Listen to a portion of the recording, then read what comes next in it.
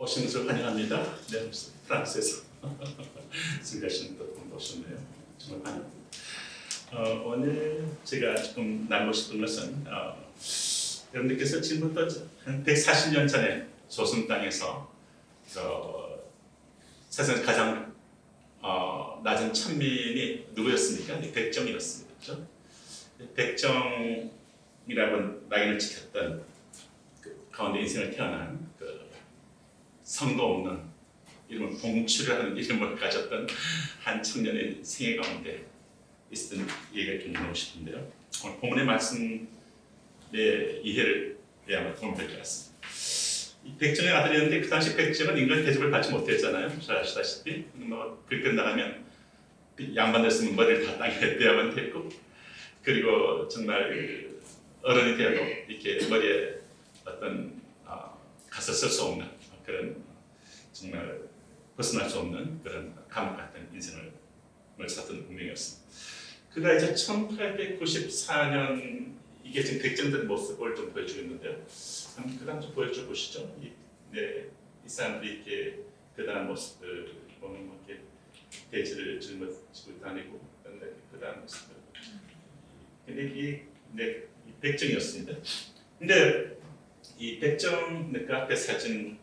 근데 1894년에 그 인생 가운데 어떤 그 변화의 시기를 갔습니다. 그의 아버지가 콜레라로 거의 죽을 뻔한 상태가 됐는데, 그때 왕의 그런 주치 황제, 고종 황제의 주치였던 에비슨이라는 선교사님, 그분이 등장해요. 그리고 이 봉출인의 이 집에, 이 백정의 집을 방문해서 지극정성으로 그 진흙바닥에 무릎을 꿇고 그 아버지를 고쳐냅니다. 그러면서 이런 말을 하죠. 천민의 몸에도 양반과 똑같은 붉은 피가 흐른다. 라는 이 정신을 가지고 선교사들이 사람들을 소중하게 대하는 이 모습을 보고서 이 봉춘의 가족은 황제를 고치는 손으로 천한 백정을 고쳐주더니 이분들이 믿는 하나님은 진짜다 라고 아버지가 또 낳고 하니까 너무 기쁘고 또 감격하고 통곡하면서 온 집안이 예수님을 영접하게 됩니다. 선교사님이 이 에비슨 선교사님인데, 이 선교사님께서 정말 이 봉출한 이 소년에게 복음의 의미를 담아서 이름을 지어줍니다. 그 이름이 박서양이에요. 아마 아시는 분이 계실 겁니다. 박서양. 그래서 상스러운 태양과 같이 밝게 빛을 발하라. 내 인생의 굴레에서 벗어나서 이제 하나님의 은총을 받아 너가 이 밝은 빛같이 그런 인생을 밝히라라는 그 이름을 지어줍니다. 에비슨 선교사는 이 똑똑했던 이 청소 청년을 봤는데, 일을 맡겨봤는데 참 작은 일부터 성실하게 일을 하는 이 박서양을 보면서 이 소년의 길을 열어주기 시작합니다. 그럼 한번 보실래요? 이 사람이 이제 아마 우리 지금 아시는 분이 계실 텐데 여기 이게 세브란스에 있는 지금 동상입니다. 박서양, 이 에베슨 선교사님. 네, 그 다음에 이렇게 이제 아이들을 가르치는데 양반을 뛰어넘어서 천민 아이가 데려와서 이제 교육을 시키죠. 네. 그 다음에 최초의 재종원이라는 것이 알다시피 재종원이 서양식 병원이 세워집니다. 오늘날 세브란스의 전신이죠. 네. 그 다음에 그래서 이분이 이제 교회를 짓고 하는데 이제 그 4명이 세례를 받았는데 어제도 한 명이 새로 왔습니다 하는 글이어서, 그 다음에 글을 보면 1895년도에 박실한 백정이 있었다는 거죠. 이 사람이 이제 그 백정이 있었는데 그 다음에 여러 차례 그를 방문했고 그의 목숨을 구했다. 그 다음에 그가 어떻게 많이 바뀌었는지, 어떻게 나쁜 점을 바꿨는지, 어떻게 아내와 자녀에 대한 사랑이 가슴 속으로부터 자연스럽게 샘솟았는지에서 말하기 시작합니다. 예수를 믿게 되니까. 그래서 그의 아이의 그 아버지 이름을 박성춘, 봄을 맞아 저 사람이 되었다 해서 이름을 이렇게 바꿔줍니다. 그리고 그 아들 이름을 또 지어줍니다. 박서양, 태양같이 세상을 밝히라 라는 이름을 지어주죠. 그 다음에 네. 여기가 이제 그가 다니던 이제 그 교회가 나중에 이제 큰 교회로 확정됐지만 네. 네. 그 다음에 이제 쭉 한번 읽어보세요. 네. 네. 그래서 이 교회 다니기 시작했는데 뭐 이렇게 그 백정의 아이들 사람과 같이 교회 다닐 수 없다라고 아마 그 양반 제자도 얘기한 것 같아요. 네. 그 다음에 그래서 따로 자녀 말했다고 했는데 그걸 거부했다고 합니다. 그래서 이런 나중에 천민들 해질하는 이제 가고 계약이 벌어지죠. 이 사람들은 이렇게 말합니다. 언제나 충성스럽게 나라에서 시킨 대로 잘 순종하고 그다음 그리고 보수도 없이 정성껏 일해왔었는데 그들은 천대를 받는 일곱 천민 중에서 가장 밑바닥 사람으로 천대를 받아왔습니다. 백정으로서 네. 그다음 이 수많은 천대를 얻지 말로 할 수 있겠습니다. 글도 있고요. 정말 다른 곳으로 도망쳐 남들같이 고개 들고 살고 싶었던 적이 한두 번이 아니었다고 자기의 백증된 그 고통을 얘기합니다. 선교사님 쓴 글이에요. 그 다음에 그래 독립신문에서 그냥 이 차별을 폐지한 일을 하죠. 가격 경쟁 이후로. 그다음 그래서 이제 어떤 일이 벌어지냐면 이제 처음으로 이제 백정이 이제 옷을 당당한 옷을 입고 그리고 이제 어떤 머리에 가서 쓸 수 있는 그런 법이 바뀌었습니다. 그래서 예배선에 어느 날 보니까 잘 차려입고 온 한 형을 봤는데 그런 사진 이렇게 지금 오고 있는데 봤더니 이 사람이 백정박씨였다는 거예요. 무슨 해골에 있는 글이 있습니다. 그 다음에 글을 보게 되면 이 백정박씨가 그 아이를 병으로 데려와서 인간으로 만들어 달라고 요청해요. 난 놀라게 했다. 그래서 이제 여기까지. 그래서 이 아버지의 요청을 받아서 또 이 아이를 여러모로 테스트 해보니까 성실하고 그래서 이 아이를 교육시킵니다. 그래서 이 제중원 그 당시 세브란스 전신인 그 제중원의 조선 최초의 의과대학인 제중원에 입학을 시킵니다. 근데 난리가 나는 거예요. 왜냐하면 이 백정의 아들이 데리고 왔으니까 이 양반집 아들들이 다 공부하는 곳에 백정의 아들이 또 입학을 해놓으니까 이 아이 전부 지금 같이 못 받았겠다. 쟤를 내보내든지 우리가 다 그만두든지 정말 어찌 진성을 찾던 백정놈과 함께 공부하느라 난리가 났죠. 그래서 청년 박사형이 좀 피눈물이 났습니다. 근데 당장 때려치우고 싶은 그런 마음이 있었다고 그 보면 기록을 하고 있어요. 근데 사람과 싸우고 신세를 탓하고 원망하는 대신에 밤마다 제중원 뒷뜰에 가서 눈물을 흘리게 됩니다. 그래서 그리고 이 동료들이 끓이는 구전일과 시체 닦는 일을 도맡아했대요. 밤마다 해법책을 외우고 겸손과 실력으로 무장하기 시작하니까 친구들이 양반 학생들도 그의 인품과 실력의 앞에 마음을 열고 그를 동료로 인정하기 시작했습니다. 1908년도 제중원 세브란스의 첫 졸업생 7명 중 한 명으로 당당히 졸업하고 조선 역사상 최초의 근대식 의사가 되었습니다. 제중원을 졸업할 때 의사로서의 사명을 다음과 같이 밝힙니다. 나의 아버지는 백정이었지만 주 예수 그리스도 안에서 인간의 존엄을 배웠습니다. 이제 나의 청지기는 양반과 쌍놈을 구별하지 않고 오직 아픈 인간만을 저장할 것이다. 박사이 조선 최초의 의사가 된 후에 제중원에서 진료를 시작했을 때 일인데 당시 조선 사회는 신분제가 법적으로 폐지되었지만 사람들의 마음속에는 여전히 천민과 백정에 대한 멸시가 남아있었습니다. 하루 지독한 급성폐렴에 걸렸던 고위 양반 대감이 숨을 헐떡이면서 실려왔어요. 아주 이렇게 참 근데 당시 담당하셨던 박사양이 청진기를 들고 딱 가슴에 대려고 그러니까 백정의 아들이 자신을 진료하는 사실을 알고서 불같이 화를 내면서 어떻게 말했냐면 어디 감히 백정놈의 손을 내 몸에 대리하느냐 차라리 이대로 죽을지언정 저 백정놈에게 내 죽어받지 않겠다 이렇게 말했대요. 얼마나 이참이 수치를 당했는데 박사의 손을 아주 거치게 부르쳤대요. 청지민동 손을.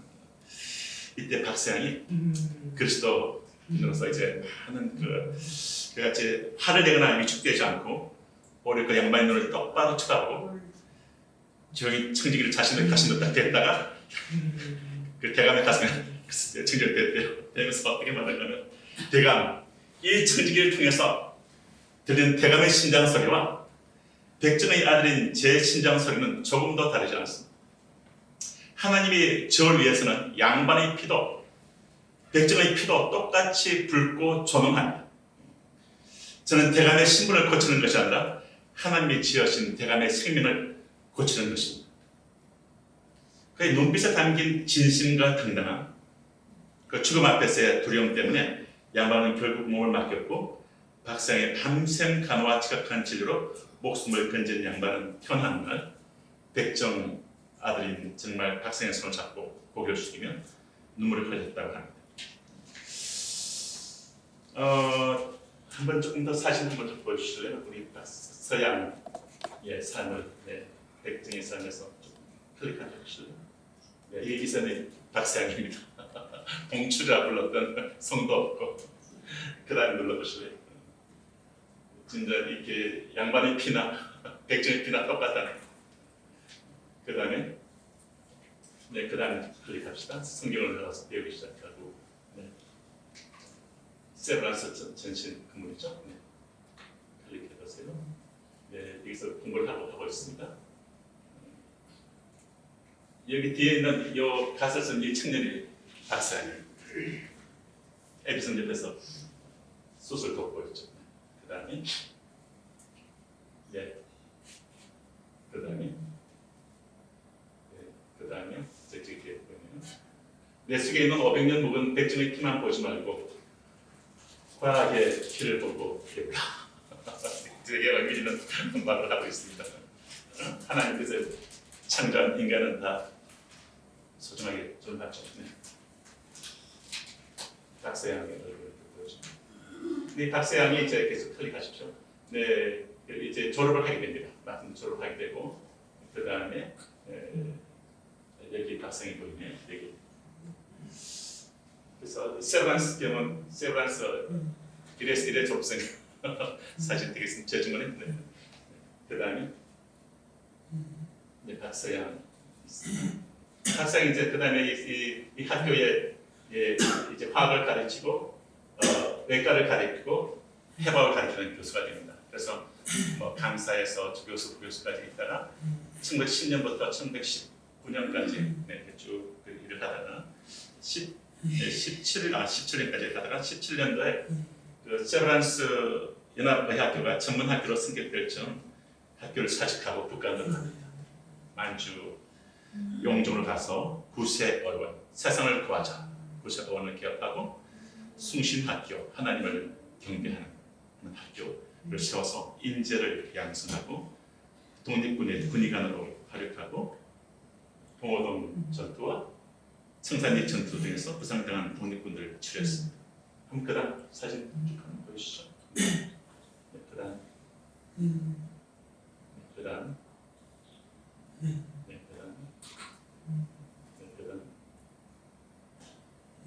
이런 병을 씌웠습니다. 그 다음에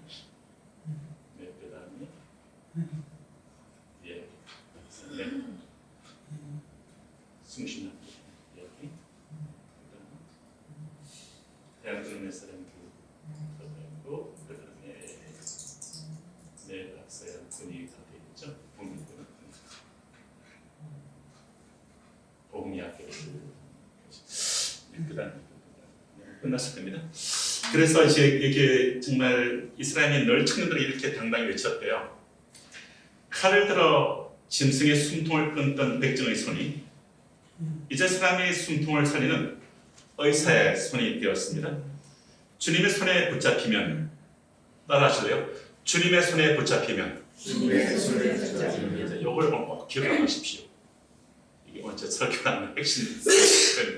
주님의 손에 붙잡히면 세상에 쓸모없는 인생이란 없습니다. 그래서 하나님의 박서양을 이렇게 백정의 굴레에서 건지신 이유는 단지 그 혼자 의사로 잘 먹고 잘 살게 하기 위함이 아니었고, 도저히 가망 없어 보이는 낙인이 찍힌 인생도 주님의 손에 붙잡히면 시대를 살리는 사명의 도구가 될 수 있음을 보여주기 위함이었습니다. 박서양 장로의 삶은 이렇게 세상이 너를 어떻게 정의하든 간에 하나님이 너를 쓰시겠다고 하면, 하나님의 손에 붙잡히면 너는 축복의 통로, 사명의 도구가 된다는 사실을 인정합니다. 거친 세상의 그 앞에서 혹시 낙심해 계신 분이 있습니까? 미래에 불안한 청년이 있습니까? 네 힘으로 바꿀 수 없는 깨어진 환경과 가정과 환경 때문에 내면에 울고 있는 분들이 계십니까? 환경을 넘어서 환경을 다스릴 수 있는 하나님을 바라보시고, 주님이 여러분을 붙잡으시면 세상에 정한 룰 자체가 바뀝니다. 내 인생은 여기까지 라는 사단의 속임수에 속지 마시고 나를 통해 일하실 하나님의 영광을 기대하며 주님의 손에 붙잡힌 인생으로 일어서시기를 주님의 이름으로 축원합니다. 오늘 준비한 본문을 위해서 제가 박사님 얘기를 했어요. 주님의 손에 붙잡히면.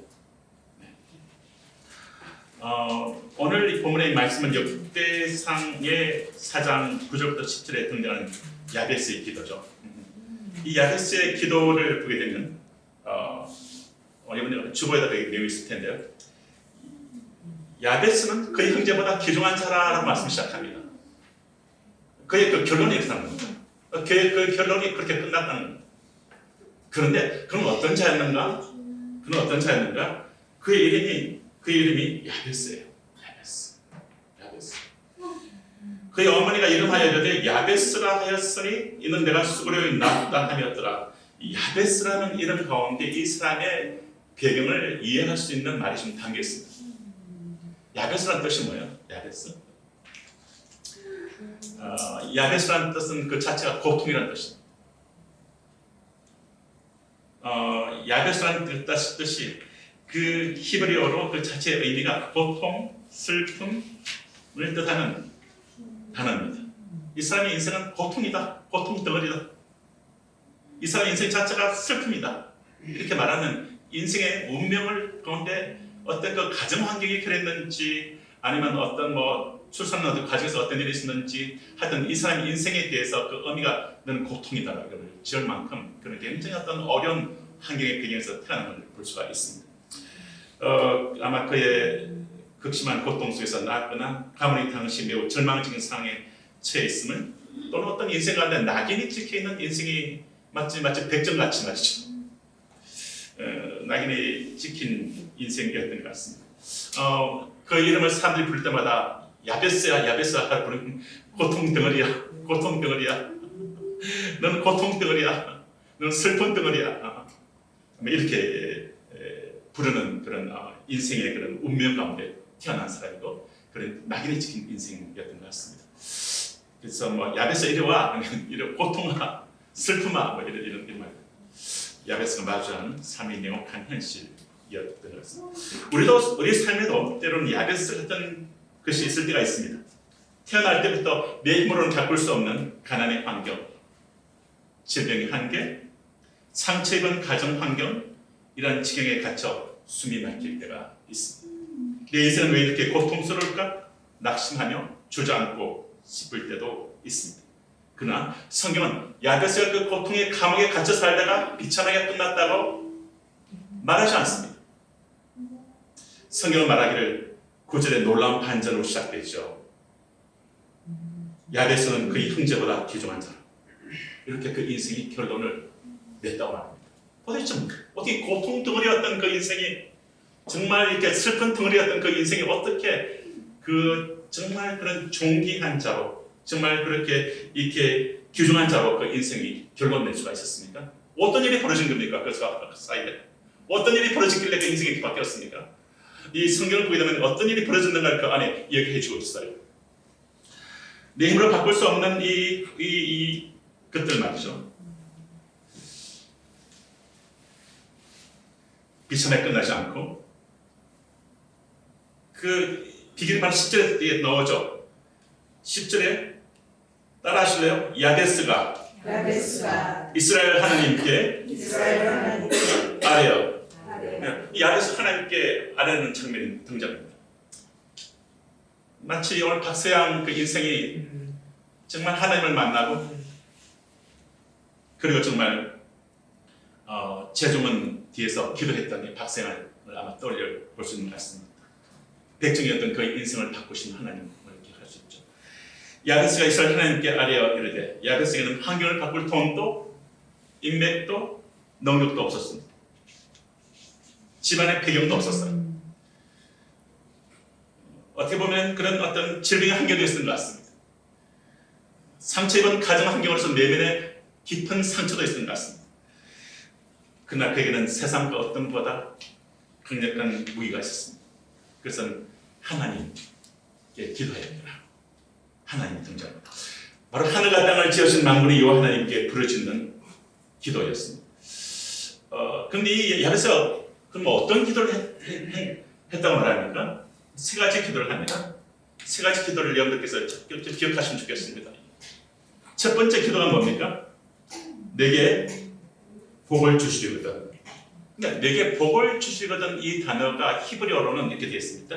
바레크테 바라켄이라는 단어로 복에 주시되 복에 복을 더하여 주십시오. 이 말이 있어요.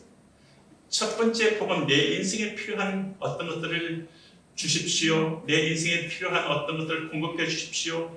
내 인생의 어떤 것을 채우십시오라는 그 의미를 담고 있다면 그 다음 복은 그것을 넘어서서 내 이웃을 향하여서까지 선한 영향력을 끼칠 수 있는 그 복을 내게 또한 허락해 주십시오 라는 이런 뉘앙스를 이것이 갖고 있습니다. 복에 복을 더하사. 그래서 이는 하나님의 첫 번째 의미는 전적인 은혜와 신령한 복이 아니면 내 비참한 운명이 바뀔 수 없다는 절박한 영적인 내달림이 있습니다.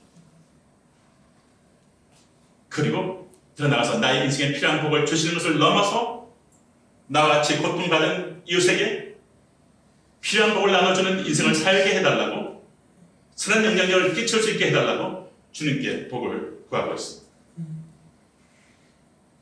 이게 복을 더해서 다니 어떤 얘기를 합니까? 첫 번째 기도에서 나의 지경을 넓혀 주십시오. 지경을 넓혀달라. 지경을 넓히다라는 이 뜻은 나의 그런 경계의 영토를 확장해 주십시오. 이런 어원을 갖고 있는데 단순한 개인 삶의 경계의 확장을 넘어서 삶의 영향력과 사명의 지평이 넓어지는 것을 뜻합니다. 고통의 굴레에 갇혀 자기 자신을 위한 삶도 힘든 인생이 타인을 돕는 것, 곧 하나님의 살아계심을 증거하고 이웃을 살리는 사명의 지경, 영향력의 지경을 넓혀달라는 거룩한 소망의 기도였습니다. 그럼 이것이 어떻게 이것이 가능합니까?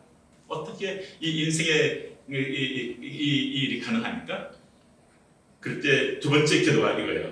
따라하실래요? 주의 손으로 나를 도우사. 이 정확하게 지금 이 박사님이 했던 기도잖아요. 주의 손으로 나를 도우사. 주의 손으로 나를 도우사라고 기도합니다. 야베스는 자신의 무능함을 인정하죠. 내 힘과 내 지혜로는 이 고통의 굴레를 벗어날 수 없음을 인정하고 홍해를 가르시고 광야에서 백성을 먹이실 수 있는 전능하신 하나님의 손을 의지합니다. 하나님의 손이 붙으시면 사망의 엄침한 골짜기에서라도 그를 지켜내시는 하나님이심을 믿습니다.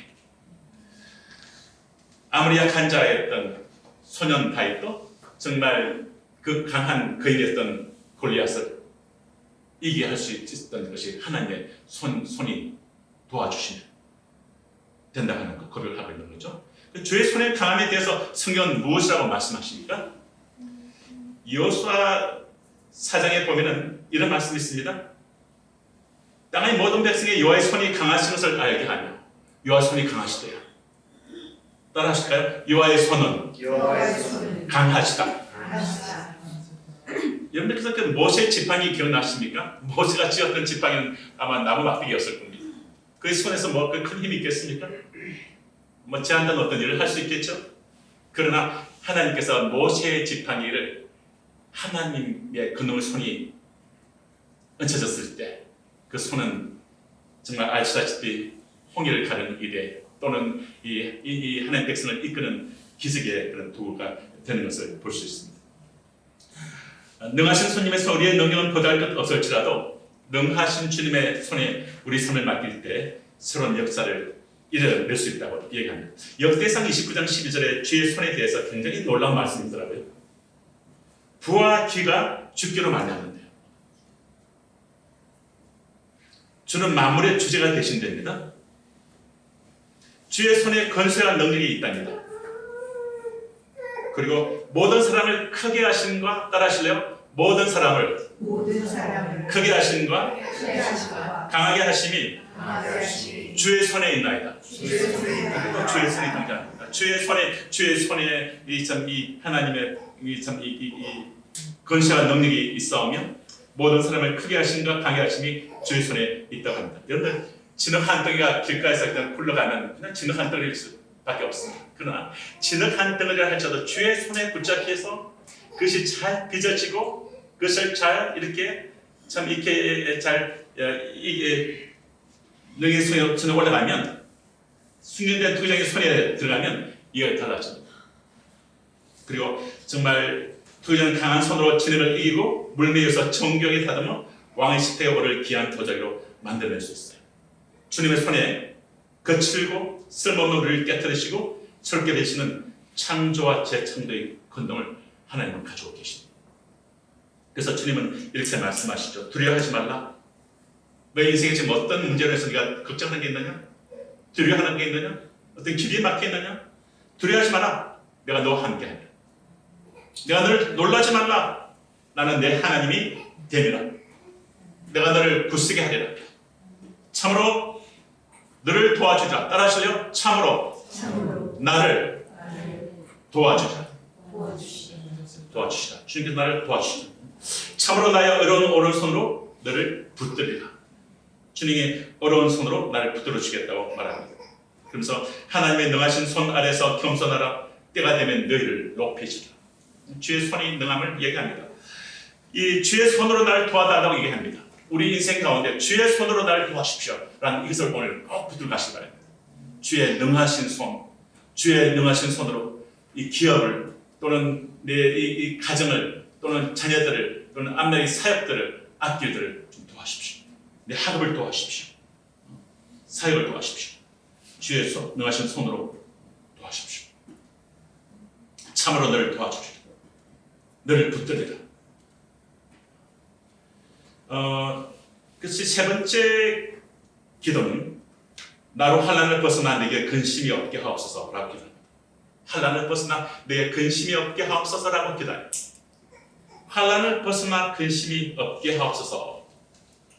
이 말은 정말 이 지극하면 악과 재앙으로부터 나를 지키셔서 내 이름에 뜨신 고통이 내 삶을 지배하지 못하게 하옵소서. 자기 타고난 부정적 운명과 한계에서 기도와 주님의 손으로 구원받게 해달라는 기도를 하고 있습니다. 원어의 의미로 보면 이 기도는 내 이름에 뜨신 고통이 더 이상 내 인생을 지배하지 못하게 하나님의 손으로 막아 주옵소서.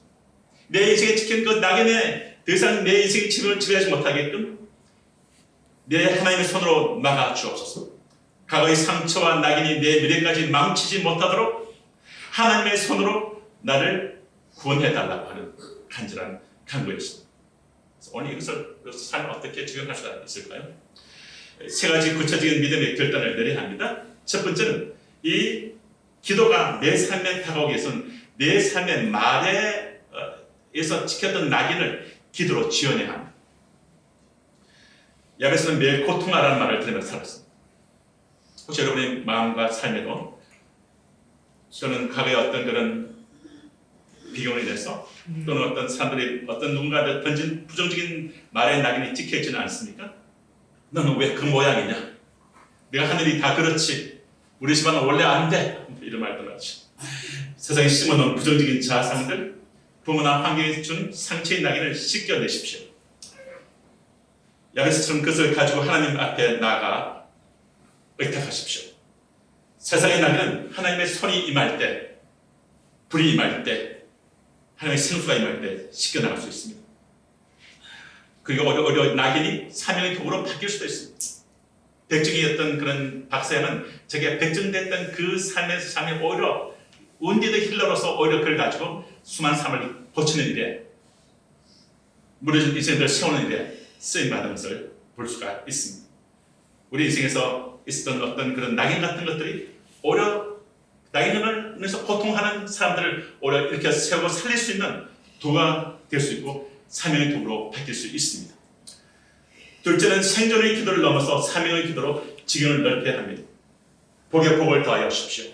내 지경을 넓혀달라고 하는 그 기도는 늘 내 문제, 내 자녀, 내 건강, 내 밥그릇에만 머물러 있다면 야베스의 기도가 아닙니다.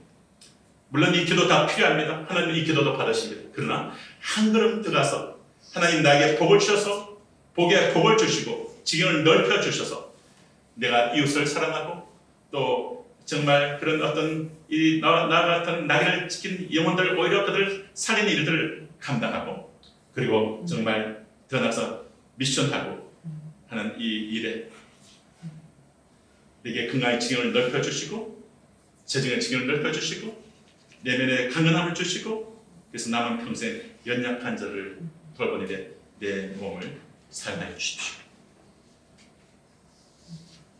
그래서 하나님 나를 위해서 지경을 넓혀달라고 단호하게 구할 것을 청합니다. 이제 우리가 정말 청년들을 생각할 때는 우리가 좀 안정된 기업이나 직장이라는 생존의 기도를 넘어서 하나님 내가 들어가는 직장과 캠퍼스에서 하나님의 공의를 세우고 사람을 살리는 영적인 지경을 넓혀주소서라고 담대하게 기도하면 좋겠습니다. 청년들 위한 적용점은 이제 내 나이에 뭘 하겠느냐 이런 영적 침체를 깨뜨리십시오. 내 노후의 안락함을 구하는 기도를 멈추고 다음 세대를 위해서 말씀과 기도를 세우고 교회를 든든히 바치고 영혼들을 살리는 영적 아비와 의미의 징으로 나가시길 바랍니다. 특히 이 말씀의 이 배경을 보시게 되면 이 본문의 말씀이 굉장히 그런 무너진 그런 성전을 세웠던 그 장면들 안에서 사실 이 말씀이 나오거든요. 그래서 이 말씀을 우리가 또 보게 되면 이 야베스가 속한 이 역대기 족보가 쭉 전개되면서 야베스는 등장하는데 보면은 또 이렇게 성전을 세웠던 예배를 세우는 일을 하는 것을 볼 수 있습니다. 그래서 포로에서 돌아와서 이 성전을 세우고 예배를 다시 이렇게 재건하는 일을 하는 걸 볼 수 있거든요. 이 장면 안에서 이 말씀이 있습니다. 그래서 우리가 늘 예배의 자리가 내 지경을 넓히는 현장임을 기억하고 우리가 내 삶의 지경이 막히고 사방이 우겨쌈을 당한 것처럼 답답한 일이 있을 때 하나님께 드리는 예배의 자리를 태도를 점검하시고 정말 예배의 자리에 나와서 온 마음으로 하나님께 구하고 부르짖고 하나님께 나갈 때 같이 했던 환경의 벽을 무너뜨리시고 새로운 미래를 열어주는 하나님의 권능을 우리는 의존할 수 있습니다. 여기 이 말씀의 결론이 뭡니까? 결론이 10절 끝에 하나님이 그가 구하는 것을 어떻게 하셨어요? 허락하셨더라고요. 하나님이 그가 구하는 것을 허락하셨대요. 하나님 야베스의 기도를 보셨죠. 그의 믿음을 보셨습니다. 그의 인생에 새겨진 고통이라는 글자를 지워내시고 종기와 인간이라는 새 이름을 새겨주시기 시작합니다. 바벨론포로에서 돌아온 이 백성들에게 지금 이 성경 말씀을 또 쓰여진 것같습니다. 바벨론포로에서 돌아왔는데 그 당시 상황이 어땠습니까? 정말 성벽은 다 무너져 있었고 그리고 주변에서 많은 대적들의 공격이 있었고 그리고 굉장히 어떤 그런 경제적으로 어려운 상황 속에 처해 있었던 백성들이 이 말씀을 야베스의 말씀을 주고 계십니다. 그리고 또 더 나아가서 오늘날 삶의 무거운 어떤 짐을 지고 있는 우리에게도 주는 이 말씀을 주십니다. 너희 환경이 어떠하든지 너희 처지가 야베스가 될지라도 살아있는 나를 바라보라. 나의 능한 손을 의지하라. 내가 너를 구하면 내가 네 인생의 지경을 넓히고 너를 존귀하게 하리라. 주님은 이 말씀으로 우리를 격려하십니다. 오늘 이 야베스에 있는 이 말씀을 다시 정리하면 정말 고통 가운데 태어났던 그런 고통이라는 인생의 낙인을 지키고 살아왔던 운명적으로 그 운명을 굴레에서 벗어날 수 없던 한 인생, 마치 오늘 박사형에 대한 얘기를 제가 했는데요. 그와 같은 이 야베스의 인생을 하나님께서 정말 그가 이제 하나님께 나가서 기도하기 시작하고 정말 그 하나님께 그런 기도를 했을 때 그런 기도를 하죠. 하나님께 세 가지 기도. 하나님 내게 복의 복을 더하여 주십시오. 내 인생에 필요한 것을 채우실 뿐만이 아니라 내 이웃에 정말 필요한 것을 채울 수 있는 그 복을 달라고 하는 그 확장된 기도. 그리고 이제 내 어떤 그런 한계를 넘어서 지경을 넓혀서 그들을 도울 수 있게 해달라 하는 그 지경을 넓히는 그 기도. 그리고 이 기도를 하고 그리고 나로 이 환난을 벗어나서 그리고 이 굴레에서 벗어나서 내게 근심을 없게 하옵소서라는 이 기도 하면서 그가 주의 손으로 나를 도와십시오 라는 이 문장이 딱 박혀 있습니다. 주의 손으로 나를 도와십시오 라는 이 주의 손 했더니 하나님이 그가 구하는 것을 허락하셨더라 하는 이 말씀을 보시면서 오늘 이 박세암과 연결된 이 야베스의 기도를 우리가 기억하시면서 우리가 주 앞에 기도하는 저희들 되시기를 주님으로 축원합니다. 저희가 잠깐 함께 같이 일어나시겠습니다.